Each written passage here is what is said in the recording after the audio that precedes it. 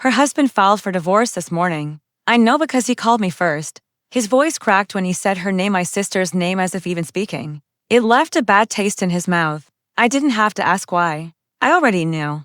The strange thing about revenge is how quiet it feels once it's done. It's not about triumph or cruelty, it's about balance. Like something heavy has finally been set in its rightful place. It all started the night of my wedding, or, more accurately, the night they decided to make it about themselves. I never invited her. My parents did, behind my back. She's still family, they said. Still family, as if blood erases betrayal. She showed up in a shimmering silver dress, louder than the bride herself, eyes scanning the room like she owned it. Her husband trailed behind her, confused but loyal, holding their little boy's hand. I smiled. I always do. That's what they never understand, my calm isn't kindness. Dinner was almost over when she stood up, tapping her glass with a spoon, a toast. Her voice floated through the hall suite, but soaked in wine and venom. To my dear sister, she said, who finally found someone willing to marry her after all those false starts. The crowd laughed, unsure if they should. She went on twisting stories, stretching details, turning my life into her little performance. And when she brought up my ex, my first love, my deepest scar, she smiled right at me.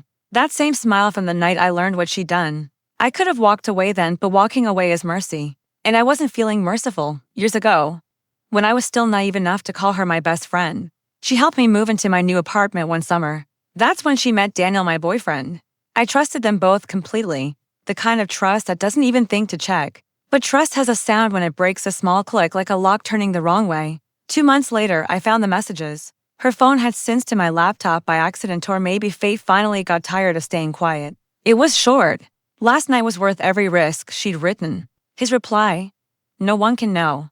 I didn't scream. I didn't confront. I just deleted the messages and smiled at breakfast the next morning. She poured me coffee. He kissed my cheek.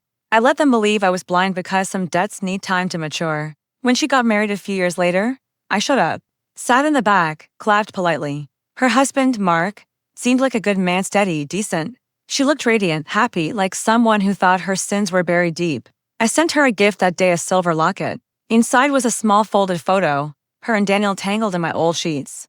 No note, no signature, just silence. So when she stood at my wedding, laughing into the microphone, I let her finish. Let her dig her own grave with every word. Then I stood up.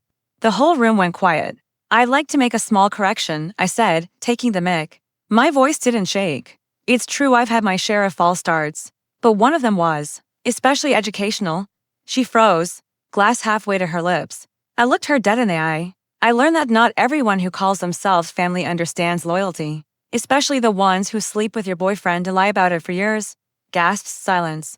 Then the sound of her glass shattering. Mark's face went pale. She tried to laugh it off. She's joking. She's always dramatic. But I wasn't smiling anymore.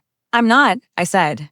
And neither was Daniel. The room fractured, whispers, stares. Her mother-in-law's hand over her mouth. Mark stood there motionless, then quietly walked out. Didn't even look back. She followed, tears streaking her perfect makeup.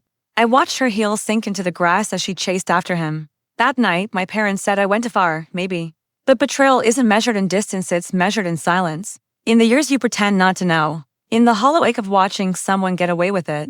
So no, I didn't go too far. I went exactly as far as she pushed me. 2 weeks later, Mark emailed me. Just one line: thank you for telling me. I should have known. Yesterday, I heard he filed for divorce, took their son, and moved out of state. She's alone now. No husband, no child.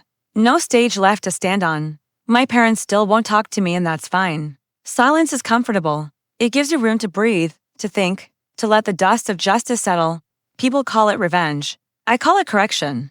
And every night, when I close my eyes, I still see her face from that night, frozen mid-laugh. Glass trembling, mask cracking. That was the moment truth finally shouted louder than her lies. And in that echo, I found peace.